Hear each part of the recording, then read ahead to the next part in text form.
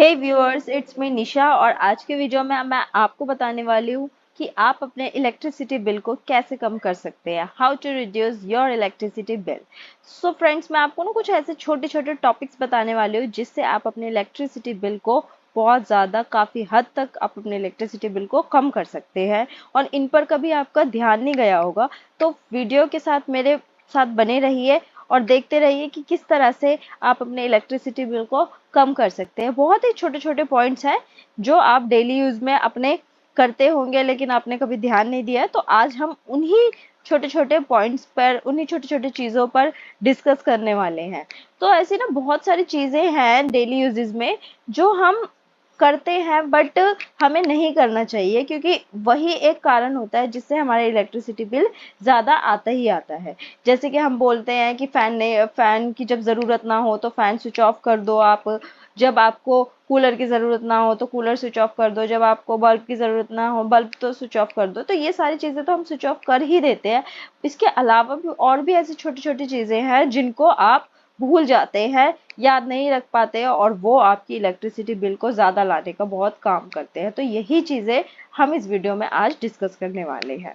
तो सबसे पहला होता है हमारा यहाँ पर इंडिकेटर्स। अब ये जो इंडिकेटर्स होते हैं ना, ये हम हर एक रूम में तो लगवा लेते हैं। क्यों? क्योंकि ये देखने में भी एक अच्छा काम करता है। दूसरा, इससे हमें ये भी पता लग जाता है कि जो हमारा इलेक्ट्रिसिटी आ रही है या नहीं आ रही है, हमारे घर पे करंट आ रहा है या नहीं आ रहा। तीसरा, कि हम इसको इसलिए भी लगवाते हैं कि जब रूम में हमारे पूरा अंधेरा रहता है, कोई लाइट ऑन नहीं रहती है, तो ये हमें यहाँ पर इंडिकेट करता रहता है कि आपका स्विच बोर्ड यहाँ पर लगा हुआ है। तो ये छोटे छोटे कुछ चीज़ें हैं जो इंडिकेटर्स हम घरों में लगवाते हैं और जो बहुत ही ज़्यादा हमें अच्छे भी लगते हैं और हमारे काम भी आते हैं। पर ये जो इंडिकेटर्स होते हैं ना, ये भी कहीं ना कहीं आपके इलेक्ट्रिसिटी बिल को ज़्यादा लाने का काम करते ही हैं। क्यों? क्योंकि इन इंडिकेटर्स के अंदर ना फिलामेंट लगा होता है और जो फिलामेंट होता है ना, वो आपका इलेक्ट्रिसिटी जो लोड होता है वो ज़्यादा लेता है। जैसे कि मान लीजिए मेरे घर पे टोटल 12 रूम है और जो मेरा एक इंडिकेटर है वो 5 वॉट का है। तो अगर हम 5 को मल्टीप्लाई कर दे 12 से, मतलब 5 वॉट का एक इंडिकेटर है, मेरे घर पे टोटल 12 रूम्स है और वो टोटल हमारे एक दिन में 20 घंटे चलते हैं। 24 में से 20 घंटे चलते हैं 30 दिनों के लिए। अगर मैं उसको डिवाइड कर देती हूँ 1000 से, तो मेरी जो यूनिट निकल कर आएगी टोटल, वो यहाँ पर 18 यूनिट आएगी। और मेरे घर पे, मेरे एरिया में जो पर यूनिट का रेट है वो 10 रुपीज़ है। यानी कि 18 को जब मैं मल्टीप्लाई करती हूँ 10 से, तो 180 रुपीज़। यानी कि अब आप सोच सकते हैं सिर्फ 180 रुपए ये छोटा सा आपका इंडिकेटर ही ले रहा था, जिस पे आपका कभी ध्यान नहीं गया होगा कि ये चल रहा है तो बस चलता ही रहने दो। आपने सोचा होगा छोटा सा ही तो है, इसके लिए क्या ही आपको इसको हटवाना। तो ध्यान रखिएगा, मैं आपको ये नहीं कह रही कि आप घर पे इंडिकेटर्स मत लगवाइए, आप इंडिकेटर्स लगवाइए बट उसमें आप फिलामेंट वाले इंडिकेटर्स मत लगवाइएगा। जो एलईडी वाले इंडिकेटर्स भी आने लग गए हैं आजकल मार्केट में, और जो एलईडी होता है, एलईडी वाले होते हैं आपके इंडिकेटर्स, वो बहुत ज़्यादा आपके कम इलेक्ट्रिसिटी लेते हैं, जिससे आपका इलेक्ट्रिसिटी बिल जो है वो बहुत ज़्यादा कम आता है। तो आई होप इस बार आप जब भी अपने घरों में इंडिकेटर लगाएंगे तो वहां पर फिलामेंट वाले इंडिकेटर ना लगवाकर अपने एलईडी वाले इंडिकेटर ही लगाएंगे। दूसरा होता है आपकी मॉस्किटो मशीन। अब ये जो मॉस्किटो मशीन है ना, ये भी आपके कहीं ना कहीं इलेक्ट्रिसिटी बिल को ज़्यादा लाने का काम करती है।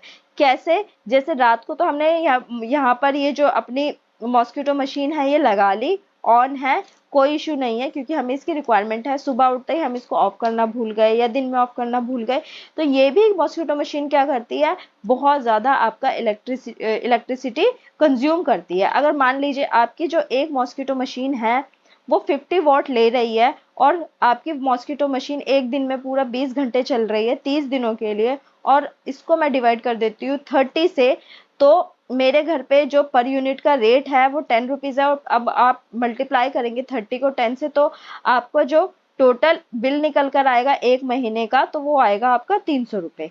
क्यों? क्योंकि आपकी जो मॉस्किटो मशीन है वो दिन में 20 घंटे चल रही है। तो आप सोच सकते हैं कि एक छोटी सी मॉस्किटो मशीन भी आपका कितना ज़्यादा इलेक्ट्रिसिटी बिल लेकर आ सकती है। अब आप सोच रहे होंगे कि 300 रुपये बस आपका जो इलेक्ट्रिसिटी मॉस्किटो मशीन थी वो लेकर आती है आपका इलेक्ट्रिसिटी बिल।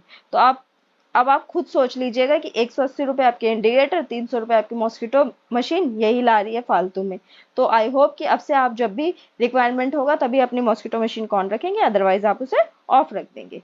उसके बाद होता है आपका फ्रिज और रेफ्रिजरेटर। अब ये जो फ्रिज और रेफ्रिजरेटर होता है ना, वैसे तो आपको पता ही होगा कि ये ज्यादा बिल लेते ही लेते हैं। इसका मैं क्योंकि ये बड़ा है एक हमारा इलेक्ट्रॉनिक आइटम, ये तो ज्यादा बिल लेगा ही लेगा, लेकिन इससे भी आप अपने बिल को कम कर सकते हैं। कैसे? सबसे पहला पॉइंट है कि आप अपने रेफ्रिजरेटर को दीवार के साथ बिल्कुल टच करके ना रखें, उसको किसी दीवार से कुछ दूरी पर बाहर की तरफ रखें। जिससे क्या होगा, जो हमारे फ्रिज के अंदर कंप्रेसर लगा होगा ना, वो क्या करता है, हमारी जो गर्म हवा होती है उसे ठंडा करने का काम करता है। अब जब उसे स्पेस ही नहीं मिलेगा दीवार और फ्रिज के बीच में हवा आने जाने को, तो वो क्या करेगा, वो ज्यादा चलेगा, ज्यादा लोड लेगा ठंडा करने के लिए, तो जिस वजह से आपका इलेक्ट्रिसिटी बिल ज्यादा आएगा। दूसरा ये कि जब भी आप अपना फ्रिज जहां पर भी रख रहे हो, तो वहां पर आप एक बात ध्यान रखिएगा कि ऊपर फैन ना हो, क्योंकि जब भी आप यहाँ पर अपना फ्रिज का डोर ओपन करते हैं और फैन ओपन कर देते हैं ना अपना, तो जितनी भी उसके अंदर की हमारी ठंडी हवा होती है वो फैन के थ्रू सारी उड़ जाती है। मतलब अभी तक फ्रिज का जितना टेम्परेचर था ना, उससे हटकर उसका टेम्परेचर हाई हो जाता है। फिर से उसको ठंडा होने के लिए कंप्रेसर को ज्यादा चलना पड़ेगा, और इससे इलेक्ट्रिसिटी बिल आपका ज्यादा आएगा ही आएगा। तीसरा क्या है इस फ्रिज के अंदर, कि जब भी आप फ्रिज चलाओ तो उसको हमेशा लो टेम्परेचर पे रखो। उसमें 3 आपके टेम्परेचर दिए होते हैं, लो, मीडियम, हाई, तो उसको हमेशा लो पर ही चलाओ। जब भी आपको रिक्वायरमेंट हो आपने हाई पर कर लिया, अदरवाइज आप उसे लो पर ही चलाएंगे, तो इससे भी आपका इलेक्ट्रिसिटी बिल जो है वो काफी हद तक कम आएगा। तो आप इस बारे में भी ध्यान रखिएगा कि जो रेफ्रिजरेटर है, जो मैंने आपको पॉइंट्स बताए हैं, उसका आप खास ध्यान रखेंगे, तो इससे भी आपका इलेक्ट्रिसिटी बिल जो है वो कम कंज्यूम होगा। ठीक है। उसके बाद होता है आपका मोबाइल चार्जर। अब ये जो मोबाइल चार्जर होता है ना, ये भी हमारे लिए क्या होता है, इलेक्ट्रिसिटी ज्यादा करने का काम करता है। क्यों करता है? क्योंकि जो मोबाइल चार्जर होते हैं, इस मोबाइल चार्जर के अंदर भी ना ये क्या करता है, हमें इनपुट देता है, ये इनपुट का काम करता है, और हमारे जो मोबाइल है, मोबाइल चार्ज कर देता है। तो अगर हम अपने स्विच ऑन है हमारा और हमने वहां से अपना मोबाइल हटा लिया है, और हमने अपना ये जो है अपना चार्जर, इसको हम स्विच ऑफ करना भूल गए हैं, तो ये भी क्या करेगा, हमारे इलेक्ट्रिसिटी बिल को ज्यादा लाने का काम करेगा। क्योंकि मोबाइल फोन भले ही हमने हटा लिया है, लेकिन एक बात का आपको ध्यान रखना है, लेकिन इसके अंदर भी जो क्या लगा होता है ना, इसके अंदर ट्रांसफार्मर लगा होता है एक चार्जर के अंदर। जो ट्रांसफार्मर क्या करता है, आपके इलेक्ट्रिसिटी बिल को ज्यादा लाने का काम करता है। इसलिए आप मोस्ट प्रोबेबली ध्यान रखेंगे कि जब भी आप अपना मोबाइल चार्ज करें, चार्ज होने के बाद जब भी आप उसे हटाएं, तो अपने चार्जर को स्विच ऑफ जरूर कर दें, नहीं तो ये हमें जो है सप्लाई, इलेक्ट्रिसिटी सप्लाई देता रहेगा अपनी। ठीक है। उसके बाद बात करते हैं हम एसी की। हाँ, जब देखिए एसी की बात होती है ना, तो हमारे दिमाग में यही आता है कि एक बार एसी तो ले लेंगे, उसके तो हम जो है प्राइस झेल लेंगे एक बार एसी का, लेकिन जो उसका हर महीने का बिल है उसे कैसे झेले।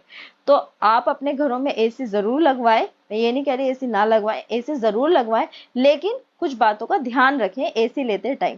अब आपने कई बार नोट करा होगा, किसी भी इलेक्ट्रिसिटी वाली चीज के ऊपर आपके ना स्टार बने होते हैं, 1 star, 2 star, 3 star, 4 star, 5 star, ये टोटल 5 स्टार तक होते हैं। अब ये स्टार होते हैं, ये ना किस चीज को इंडिकेट करते हैं, ये स्टार जो होते हैं ये आपके वॉट को इंडिकेट करते हैं, आपके कितने आपके जो वॉट है वो उसके अंदर कंज्यूम होगी। जैसे 1 स्टार का लेंगे, तो 1 स्टार का जो एसी रहेगा या कोई भी आपको इलेक्ट्रॉनिक प्रोडक्ट रहेगा 1 स्टार वाला, उसका जो प्राइस रहेगा ना मार्केट में वो बहुत लो रहेगा, लेकिन जब उसका इलेक्ट्रिसिटी बिल होगा वो ज्यादा आएगा, क्योंकि वो ज्यादा इलेक्ट्रिसिटी वॉट आपका लेगा। अब जो 2 स्टार वाला आपका एसी है या कोई अदर इलेक्ट्रॉनिक प्रोडक्ट है, तो वो 1 स्टार के अकॉर्डिंग कम वॉट लेगा, और जो उसका प्राइस होगा वो 1 स्टार के अकॉर्डिंग थोड़ा सा मार्केट में ज्यादा होगा। इसी तरह से जैसे जैसे आपके स्टार्स जो है वो बढ़ते रहेंगे, आपका इलेक्ट्रिसिटी बिल जो है वो कम होता रहेगा, और उन इलेक्ट्रॉनिक आइटम्स का जो प्राइस है वो हाई होता रहेगा।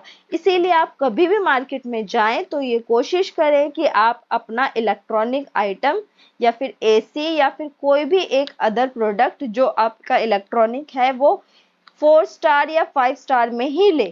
कोशिश करें कि आपको 5 स्टार का मिल जाए, नहीं मिलता तो आप 4 स्टार का ले लें। ठीक है।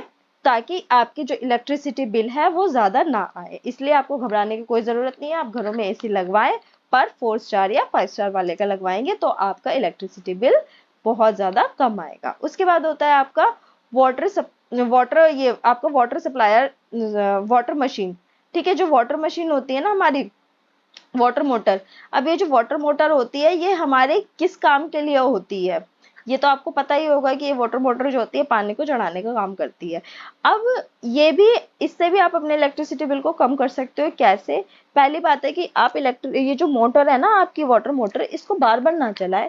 आप इसको बस एक ही बार चलाएं, मतलब एक ही बार जब भी चलाएं तो उसी से आप अपना जो वाटर टैंक है वो फुल कर ले, उसको बार बार ना चलाएं। क्यों? क्योंकि जितनी बार भी आप इसको चलाएंगे, पहली बार में ये पानी उठाने में ज्यादा वॉट अपना लेती है। तो आप इसको, ऑब्वियसली बात है, जितनी बार भी चलाएंगे पानी उठाने में ज्यादा वॉट लेगी। अब और जितना ज्यादा वॉट लेगी आपका इलेक्ट्रिसिटी बिल उतना ही उससे ज्यादा आएगा। उसके बाद होता है आपका फिलामेंट बल्ब या फिर ट्यूब्स बेस्ड टीवी। अगर आपके घर पे भी ये है, जैसे ये पुराने जमाने में चलते थे, अब तो नहीं चलते हैं, और इनकेस अगर है भी अभी आपके घर में, तो इसको आप तुरंत रिप्लेस कर दे।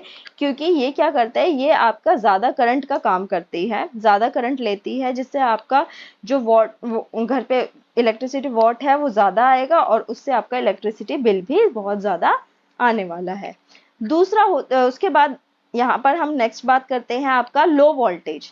तो जब भी आप कोशिश करेंगे, आपके घर पे लो वोल्टेज हो रही है ना, तो आप अपने घर पे कम से कम चीजों को यूज करें। मतलब जितना ही आपको जरूरत हो इलेक्ट्रिसिटी वाले आइटम की उसको ही यूज करें, बाकी को आप स्विच ऑफ कर दें। क्यों? क्योंकि जब भी आपके वोल्टेज लो होते हैं ना, उसमें आपका ज्यादा करंट जो है इलेक्ट्रिसिटी मीटर लेता है, और जितना आपका ज्यादा करंट आएगा उतना ही आपका ज्यादा बिल भी आएगा। इसलिए आप कोशिश करें कि जब भी आपके घर पे लो वोल्टेज आए तो आप अपने घर पर कम से कम इलेक्ट्रॉनिक आइटम्स का यूज करें, बाकी का यूज ना करें।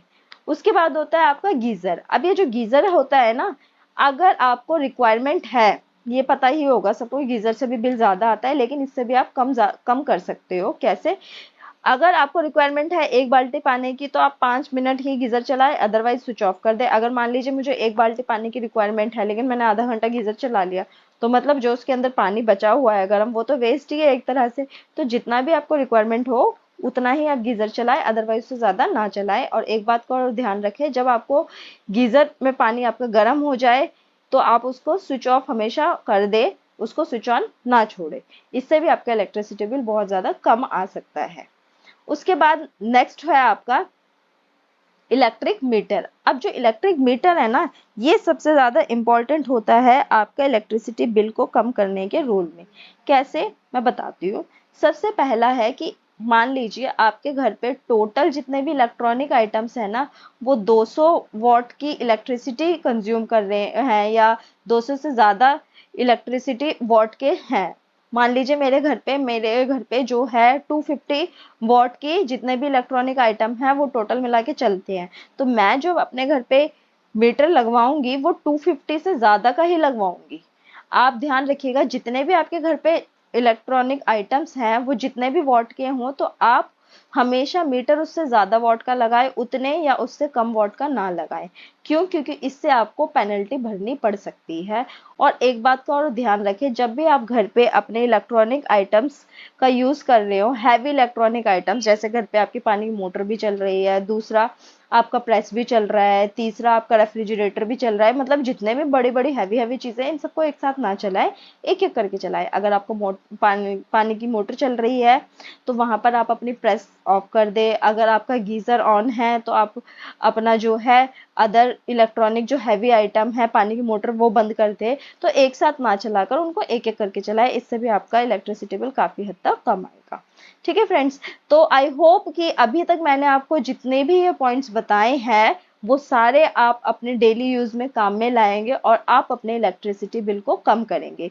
और हाँ, एक बात मैं इसमें बताना भूल गई थी कि अगर आपको ये नहीं पता कि ये जो फिलामेंट बल्ब होते हैं या फिर हमारे जो एलईडी बल्ब होते हैं, ये हमें कैसे परचेज करने चाहिए, हमें किस तरीके का एक बल्ब, अच्छा बल्ब परचेज करना चाहिए, या फिर यहाँ पर मैंने आपको चार्जर के बारे में बताया था कि हमें जो मोबाइल चार्जर है वो स्विच ऑफ कर देने चाहिए जब हमें ज़रूरत ना हो। तो कैसा मोबाइल चार्जर हमें परचेज करना चाहिए, कैसा एलईडी बल्ब हमें परचेज करना चाहिए, ये सारी वीडियो मैंने ना प्रीवियस बना रखी है। आप मेरी प्रीवियस प्लेलिस्ट में जाकर देख सकते हैं, प्रीवियस वीडियोस में वहाँ पर मैंने ये सारी वीडियो बना रखी हैं। वहाँ पर जाकर आपको इनसे काफ़ी हेल्प मिलेगी। और आज मैंने आपको जितने भी टॉपिक्स बताए आप उन्हें डेली यूज़ में अपने लाइएगा, जिससे आपकी जो इलेक्ट्रिसिटी बिल है वो बहुत ज़्यादा कम आएगा। Thank you for this video और जुड़े रहिएगा मेरे साथ नेक्स्ट वीडियो में। Bye bye.